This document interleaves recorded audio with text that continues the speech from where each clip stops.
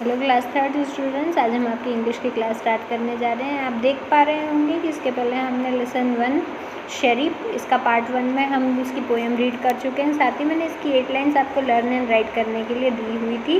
हम आज इसके सेकेंड पार्ट में इसकी एक्सरसाइज कंप्लीट कर लेते हैं। यहाँ पर आपको दिया हुआ है आंसर द फॉलोइंग क्वेश्चन, यानी नीचे दिए गए क्वेश्चन के आपको आंसर्स राइट करना है। यहाँ पर फर्स्ट क्वेश्चन है HOW how, DOES does, SHERRY Sheri, LOOK look. How does Sheri look, शेरी कैसे दिखाई देती है? तो शेरी कैसे दिखाई देती है? शेरी तो उनकी हाइट में एक लंबी लड़की है and she is very pretty and toll, वो लंबी है और सुंदर दिखाई देती है। तो यहाँ पर हमने आंसर राइट किया हुआ है SHERRY Sherry looks pretty, PRETTY pretty and TALL toll.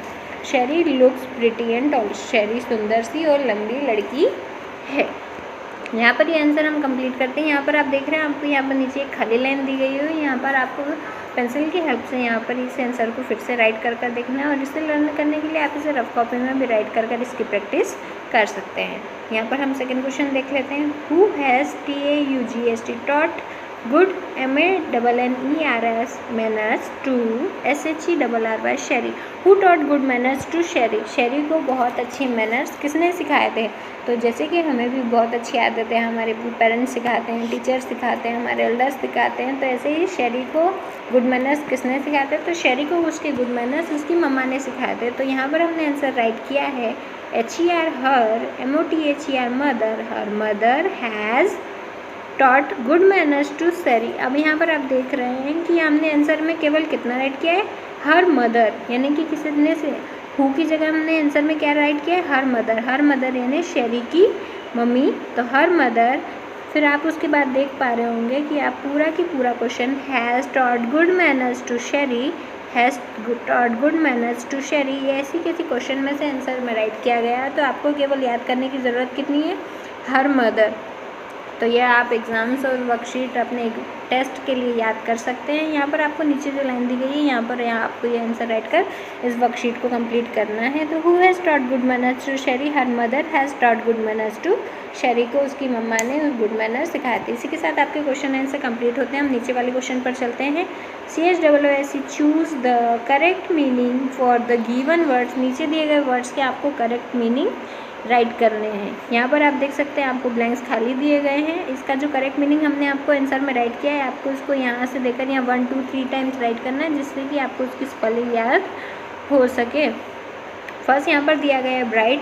Bright का मीनिंग होता है चीयरफुल, यानी कि बहुत ही ज़्यादा खुश या चमकदार, उसे हम चीयरफुल कहते हैं। सेकेंड है यहाँ पोलाइट। पोलाइट यानी होता है COURTEOUS कोर्टियस, यानी कि होता है विनम्र या बहुत प्यार से।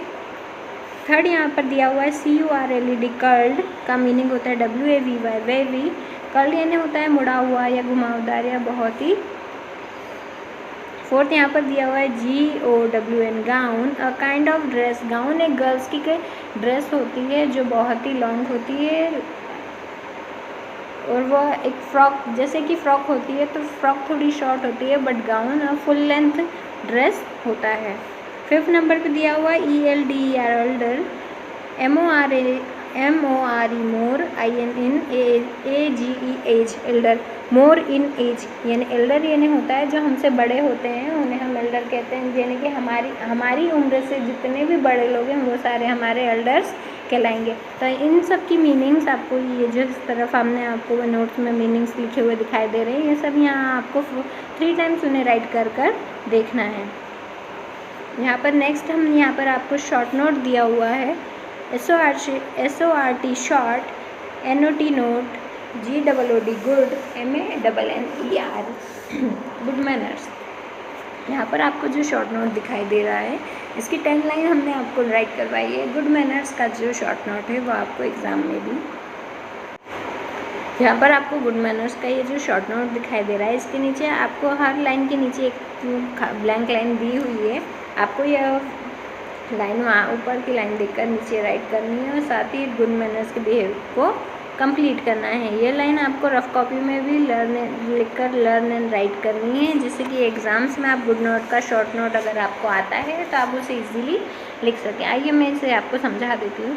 First good manners CONSTITUT consist polite BEHAVIOUR behaviour. Good manner consist polite behaviour. Good manners में सबसे पहले आता है कि आपका व्यवहार बहुत ही ज़्यादा पोलाइट, प्यार भरा और बहुत ही विनम्र हो। आप किसी से एकदम चिल्लाकर बात ना करें, किसी से एकदम लड़ने के लिए तैयार ना हो जाएं। आप चाहे आपको गुस्सा आ रहा हो, आप उससे बहुत विनम्र होकर उसे समझाते हुए बड़े ही प्यार से उससे बात करें। सेकंड यहाँ पर दिया हुआ है good manners should be CULTIVATED cultivated early in life. Good manners should be cultivated early in life. Good manners को हमें जितनी जल्दी हो सके अपने जीवन में ले आना चाहिए, जिससे कि यह सभी के द्वारा पसंद किए जा सके और हम बहुत ही गुड बॉय या गुड गर्ल कहला सकें। आप लोग पेज टर्न कर लीजिए। पेज टर्न करने के बाद आप सेकंड पेज पर देख पा रहे होंगे, आपको थर्ड लाइन दी हुई है। थर्ड लाइन में थर्ड लाइन है CHILDREN childrens, LEARN learn, MANNERS manners from the THEIR their, PARENTS parents, TEACHERS teachers and ELDERS elders. Children learn manners from their parents, teachers and elders. बच्चे manners कहाँ से सीखते हैं? बच्चे parents अपने parents से सीखते हैं, टीचर्स से सीखते हैं और अपनों से, बड़ों से सीखते हैं। क्योंकि पेरेंट्स हमें हर बात पर सिखाते हैं कि हमें ऐसे बात नहीं करना चाहिए, हमें ऐसे नहीं चलना चाहिए, हमें अगर हम किसी के घर जाते हैं तो हमें वहाँ कैसे बिहेवियर करना चाहिए। जब आप स्कूल आते हैं तो आपकी टीचर आपको सिखाती है कि आपको ऐसे बात करना चाहिए, आपको ऐसे बैठना चाहिए, आपको आप वर्ड का यूज़ करना चाहिए, हमें किसी से भी लड़ना चाहिए, हमें बड़ों को रिस्पेक्ट देकर बात करना चाहिए। इसी के साथ मम्मी पापा, टीचर्स के साथ हमारे बड़े भाई बहन, हमारे दादा दादी, हमसे जितने भी बड़े होते हैं वो हमें मैनर्स सिखाते हैं। फोर्थ है childrens can learn a lot from good schools and good COMPANION companion। मैं आपको बड़ी स्पेलिंग इसलिए रीड करके बता रही हूँ क्योंकि वो आपको पढ़ने में टफ हो सकती है, तो आप उन स्पेलिंग्स को लर्न करके देखेंगे ताकि आपको इंग्लिश पढ़ने में ईजी हो सके। Fourth line childrens can learn a lot from good schools and good companion. मतलब बच्चे अच्छी चीज़ें कहाँ से सीखते हैं? वह बच्चे अच्छी चीज़ें अच्छे स्कूल से सीखते हैं और अच्छी संगति से सीखते हैं। हम जैसे लोगों के साथ, अगर हमारा कोई फ्रेंड ख़राब होता है, वो लड़ता है, तो हमारी मम्मा हमें मना कर देती है कि उसके साथ मत रहा करो, या स्कूल में आपका कोई फ्रेंड होता है तो मैडम आपको उससे दूर बिठा देती है। तो उसका मीनिंग यही होता है कि हम जैसे लोगों के साथ रहते हैं हम वैसे ही चीज़ें सीख जाते हैं, क्योंकि वो हमें वही चीज़ें बताते हैं कि तू ऐसे किया करो, वैसे किया करो। तो इसीलिए चिल्ड्रंस अच्छी चीज़ें अच्छे स्कूल से और अच्छे लोगों के अच्छी संगति से सीखते हैं। फिफ्थ नंबर का है a man, WITH with OUT out, a man without manners, SHOULD should be CONSIDERED considered, UNCIVILIZED uncivilized। A man without manners should be considered uncivilised, यानी कि वो असभ्य प्रकार का होता है, जिसमें मैनर्स नहीं होते हैं, उसे कोई भी पसंद नहीं करता है। यहाँ तक कि उसकी अगर वो कहीं चला जाता है तो सब उससे देखकर उससे दूर जाने लगते हैं, क्योंकि सबको पता है कि वो अच्छी भाषा में बात नहीं करता है, वो बहुत गंदे तरीके से रहता है, उसे कोई भी पसंद नहीं करता है। तो एक बिना मैनर्स का जो व्यक्ति होता है उसे कोई भी पसंद नहीं करता है और वो बहुत ही बुरा सभी को लगता है।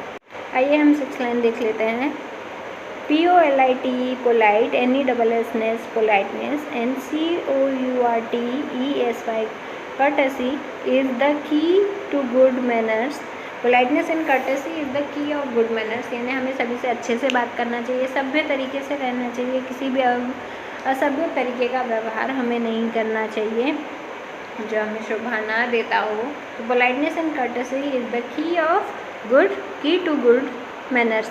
Seventh, ONE1SHOULD should be TOLERANT tolerant of the opinion of others। One should be tolerant of the opinion of others, यानी हमें सहनशील होना चाहिए, हमें किसी भी बात पर एकदम भड़क नहीं जाना चाहिए।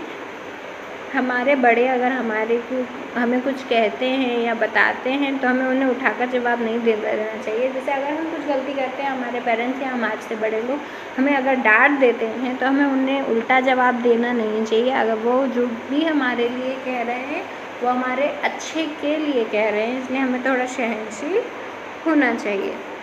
Next, ONE1 SHOULD should have respects TOWARDS towards ELDRS elders, LADIES ladies, FIPHY physically, HANDICAPPED handicapped and elderly people. One should have respect towards elders, ladies, physically handicapped and elderly people. हमें हमारे से बड़े लोगों की respect करना चाहिए। हमें हमारे से बड़े लेडीज़, फिज़िकली हैंडीकैप्ड यानी कि जिन्हें किसी भी प्रकार की कोई प्रॉब्लम है, जैसे ये किसी का कोई हाथ नहीं है या पैर नहीं है या वो किसी प्रकार से, जैसे हमारे पास हमारे शरीर के सारे अंग हैं, हम अच्छे से बोल भी पाते हैं, हम अच्छे से देख पा रहे हैं, सुन पा रहे हैं, चल पा रहे हैं, हाथ से काम कर पा रहे हैं। लेकिन कुछ लोग होते हैं जो ठीक से सुन नहीं पाते, देख नहीं पाते या चल नहीं पाते, तो हमें उनका मजाक ना उड़ाते हुए उनकी भी रिस्पेक्ट करना चाहिए और उनकी मदद करनी चाहिए। एंड एल्डरली पीपल, और हमसे जितने भी लोग हमसे बड़े होते हैं हमें उनकी रिस्पेक्ट करनी चाहिए। 9 नंबर पर हम देख लेते हैं।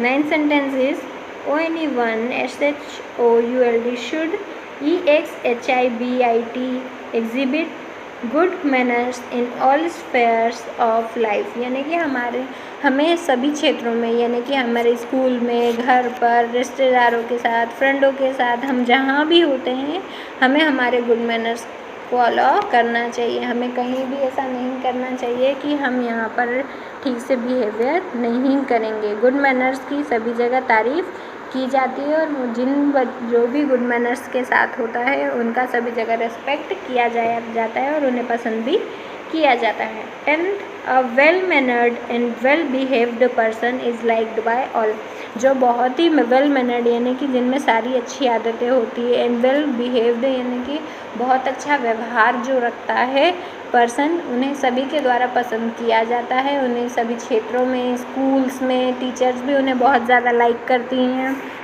घर पर पेरेंट्स हुए, हमारे ब्रदर सिस्टर्स हुए, उनके फ्रेंड्स हुए या हमारे रिलेटिव्स हुए, बुआ चाचा और नानी के यहाँ मामा वगैरह, सभी को उनके यहाँ पसंद किया जाता है कि वो बहुत ही well mannered and good behaved child है। इसी के साथ आपका ये शॉर्ट नोट कंप्लीट होता है। नीचे आपको 1-1 लाइन दी हुई है, इन 1-1 लाइन में पेंसिल की हेल्प से इन वर्कशीट्स को आपको कंप्लीट करना है। इसी के साथ आपका लेसन 1 शेयरिंग कंप्लीट होता है। आप इस शॉर्ट नोट को, इसके क्वेश्चन आंसर और पोएम की 8 लाइन्स को रफ कॉपी में राइट कर लर्न करेंगे, जिससे कि आपके एग्ज़ाम्स में हेल्प हो सके। आपके एग्ज़ाम्स और टेस्ट का होंगे जिनकी कॉपीज़ आपको स्कूल में सबमिट करनी होगी, तो आपको यह लर्न और राइट करना है।